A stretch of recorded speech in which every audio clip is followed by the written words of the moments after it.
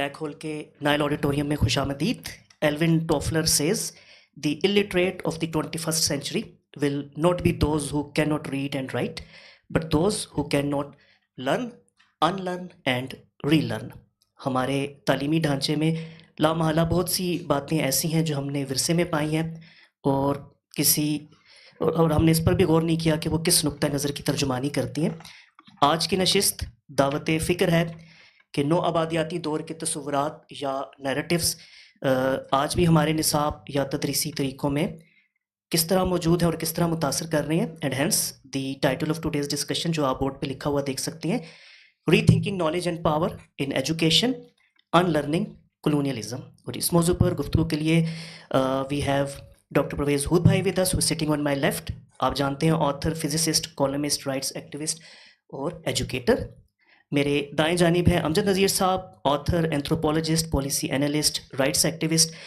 کچھ ماہ پہلے آپ کی تعلیم ہی کے موضوع پر کتاب مشل بکس نے شائع کی ہے بعنوان ایجوکیشن کنسرنس. دائیں جانب ان کے ساتھ تشریف فرمائے زیبا ہاشمی صاحبہ, writer, education research consultant, founder ہیں ابتدا فار ایجوکیشن کی. آج کے سیشن کی میزبانی اور ماڈریشن کی ذمہ داری نبھا رہے ہیں دلیپ دوشی جو ایڈوکیٹ ہیں ہائی کورٹ کے, رائٹر ہیں, رائٹس ایکٹیوسٹ ہیں. آپ سب لوگوں کی آمد کا شکریہ. بس تھوڑی سی زحمت کر کے اپنے سیل فونس کر لیں سائلنٹ موڈ میں switch, so that there is no distraction. باہمی گفتگو کے بعد حسب روایت فلور اوپن ہوتا ہے فار کیو اینڈ اے. جب وہ مرلہ ہے تو بس اپنا ہاتھ بلند کیجیے گا, انتظار کیجیے گا کہ یہ مائکروفون آپ کو ہینڈ اوور ہو جائے, کیونکہ اس کے بنا آپ کی آواز آن لائن آڈینس تک نہیں جا پائے گی. پھر اپنا آپ کا جو بھی سوال تبصرہ ہو شارٹ اور ٹو دا پوائنٹ رہتے ہوئے پینلسٹ کے سامنے رکھیے گا تاکہ گفتگو کی وسعت میں مزید اضافہ ہو. تو چلیے آج کے موضوع کی طرف بڑھتے ہیں. پلیز ویلکم اور honourable panelists. Thank you so much Nayyar. ہم نے یہ بہت ہی شارٹ نوٹس پہ اس سیشن کا اہتمام کیا تھا. ہم باقاعدہ یہ سیشن سٹارٹ کر رہے ہیں اس سے پہلے کچھ پکچرز ہیں امجد نذیر صاحب کی, کچھ کلیکشن وہ ہم دکھانا چاہیں گے اسکرین پہ. اس سے کچھ ہمیں آئیڈیا ہوگا پکچرز کو دیکھ کے کہ آج کی ڈسکشن کس طرف جا رہی ہے اور ہمارے اس میں جو ہے گفتگو کیا ہوگی.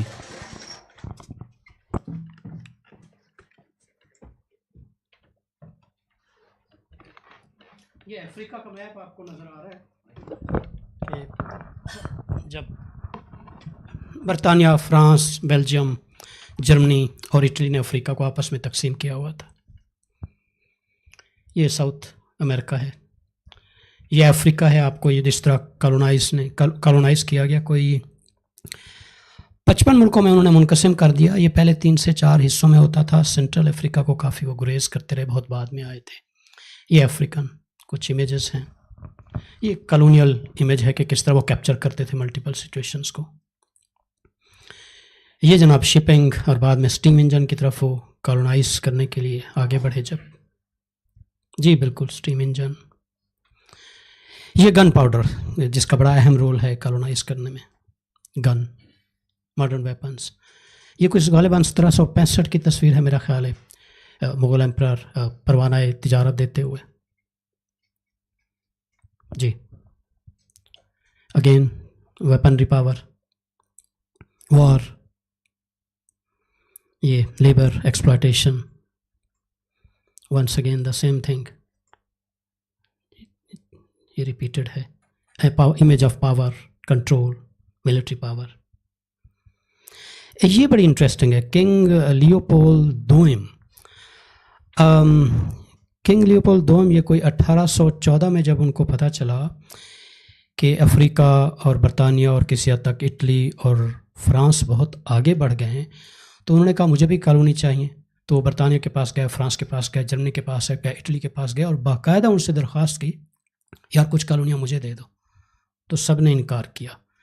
پھر انہوں نے اپنی فوج وہاں پر اتاری اور سینٹرل افریقن ریپبلک جو کہ ابھی تک کالونائز نہیں ہوئے تھے, وہاں پر اتنی زیادہ بروٹل کالونائزیشن انہوں نے انٹروڈیوس کرائی کہ یہ جو ربر ہارویسٹ کرنے کا جو کوٹا مکمل نہیں کر سکتے تھے ان کا ہاتھ کاٹ دیتے تھے. اور ایسے ہزاروں کیسز ہیں, چند ایک نہیں ہیں. جی shipping, steam engine, La France, again weaponry power, same thing. یہ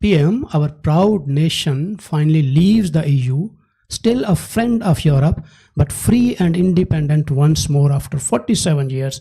Now on this momentous day, we salute our proud nation.